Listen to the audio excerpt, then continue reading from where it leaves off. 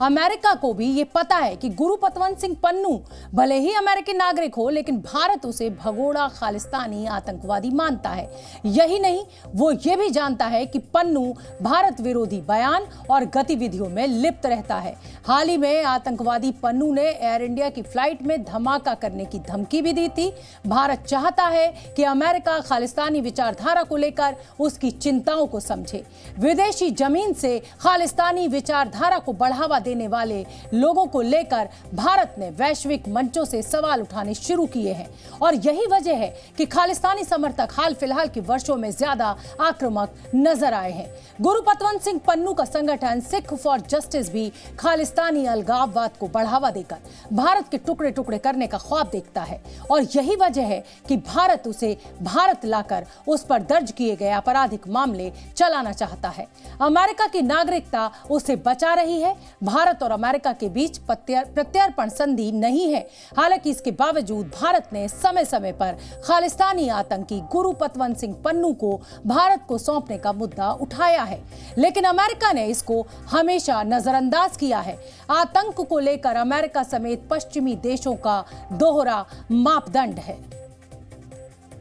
इसमें कोई शक नहीं है कि डिकेड से, दसियों सालों से आतंक के मामले को लेकर के अमेरिका और यूरोप के जो विचार हैं वो अलग रहे हैं, डबल स्टैंडर्ड्स रहे हैं। भारत 30-40 साल से बार बार कहता है आतंक के मुद्दे को लेकर के अमेरिका और यूरोप एक अलग ही नज़र से देखते हैं। डबल स्टैंडर्ड्स हैं विदाउट डाउट। ओवरऑल में अमेरिका और कनाडा, इन देशों ने जिस हिसाब से, जिस सीरियसनेस से खालिस्तान के मुद्दे को देखा है और भारत की जो चिंताएं हैं आतंक को लेके उनको देखा है, उसमें डेफिनेटली बहुत ही कमी रही है और अब वो कमी खुल के सामने आ रही है। भारत के खिलाफ anti India slogans, anti India hate speech. तो देखा आपने, जो विदेश मामलों के जानकार हैं उनका भी कहना है कि ये जो पश्चिमी देश हैं इनका रवैया हमेशा अपने लिए कुछ और भारत जैसे विकासशील देशों के लिए कुछ और होता है। यानी मेरा खून खून लेकिन तुम्हारा खून जो है वो पानी। क्या अमेरिका अपने वांटेड आतंकी को किसी अन्य देश में अमेरिका के टुकड़े करने वाली विचारधारा फैलाने देगा? अगर भारत अमेरिका के किसी अलगाववादी को अपनी नागरिकता देकर अमेरिका विरोधी गतिविधियों में शामिल होने दे तो क्या वो बर्दाश्त कर पाएगा? सैद्धांतिक रूप से भले ही अमेरिका सरकार बयानबाजी करे, लेकिन सच्चाई यही है कि उनके लिए भी ये व्यवहारिक नहीं है।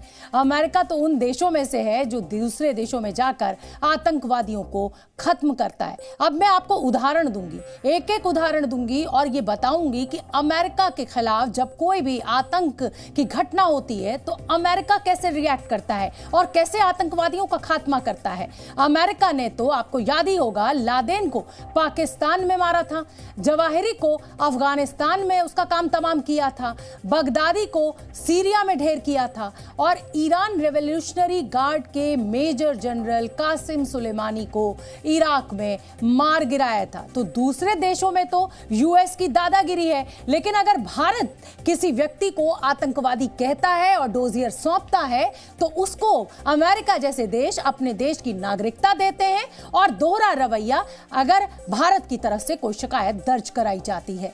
क्या अमेरिका के घोषित आतंकी हैं और भारत द्वारा घोषित आतंकी अमेरिका के सभ्य नागरिक?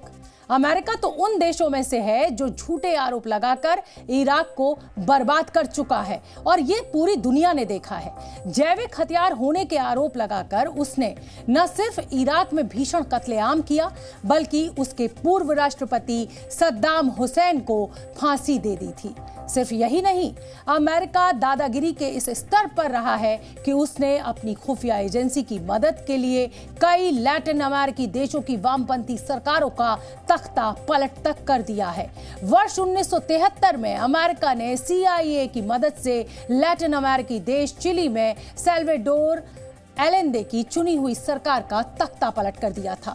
इस तख्ता पलट में चिली के राष्ट्रपति सैल्वाडोर एलेंदे की भी हत्या कर दी गई थी। क्यूबा के पूर्व राष्ट्रपति फिदेल कास्त्रो को CIA ने एक बार नहीं बल्कि 7 बार मारने की कोशिश की थी। 1960 में पहली कोशिश की गई थी जब CIA ने सिगार में बम लगाकर भेजा था। हालांकि CIA फिदेल कास्ट्रो को मारने में कामयाब नहीं हुआ था, और यही नहीं, CIA ने 1961 में क्यूबा के अलगाववादियों को हथियार और पैसे देकर क्यूबा पर हमला करवाया था। यानी उन्हीं के देश पर हमला करने के लिए अमेरिका ने पैसा दिया था। इसे बे ऑफ पिग्स इन्वेजन के नाम से भी जाना जाता है। हालांकि इस हरकत के बावजूद अमेरिका क्यूबा की सरकार को गिरा नहीं पाई थी। लेकिन अमेरिका की ये जो दादागिरी है और ये जो दोहरा रवैया है, ये बताने के लिए, ये समझाने के लिए इन सभी केसेस को हम आपके सामने रख रहे हैं।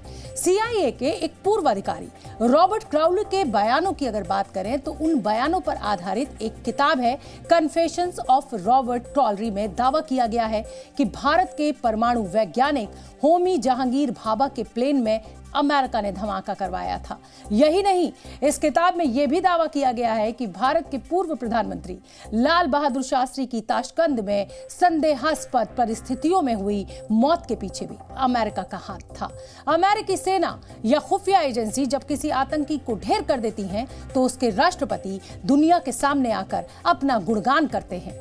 वॉर ऑन टेरर के नाम पर अमेरिका अपने दुश्मन को किसी भी देश में मारने पहुंच जाता है, लेकिन यही अमेरिका दूसरे देशों द्वारा घोषित आतंकवादियों को नागरिकता बांटकर बचाता है। खालिस्तानी आतंकी गुरुपतवंत सिंह पन्नू इसका सबसे बड़ा उदाहरण है। हाल ही में OTT प्लेटफॉर्म पर भोपाल गैस त्रासदी को लेकर एक series the railway man I है। आपने भी जरूर देखी होगी, मैंने देखी, बहुत अच्छी सीरीज है। और इस सीरीज में भोपाल गैस त्रासदी की दोषी अमेरिकी कंपनी यूनियन कार्बाइड की लापरवाही को खूब अच्छी तरह दर्शाया गया है, दिखाया गया है। बहुत वेल रिसर्च ये OTT प्लेटफॉर्म पर ये सीरीज है। आप में से बहुत से दर्शकों को ये मालूम होगा कि वर्ष 1984 में हुए इस हादसे के दौरान यूनियन कार्बाइड का CEO वॉरेन एंडरसन था और अमेरिकी नागरिक वॉरेन एंडरसन पर भारत में हजारों लोगों की हत्या का आरोप लगा था। उसे दोषी माना गया था।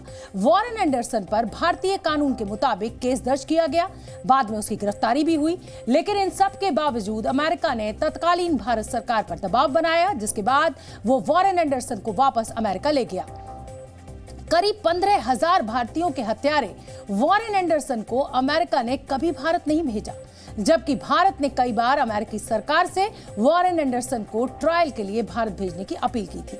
उस घटना ने बताया था कि अमेरिका की नजर में भारतीयों की जान की कोई कीमत नहीं है। उसके लिए उसका नागरिक सबसे ऊपर है, यानी सबसे महत्वपूर्ण है, चाहे वो कोई आतंकी हो या फिर हजारों लोगों का हत्यारा। Z News.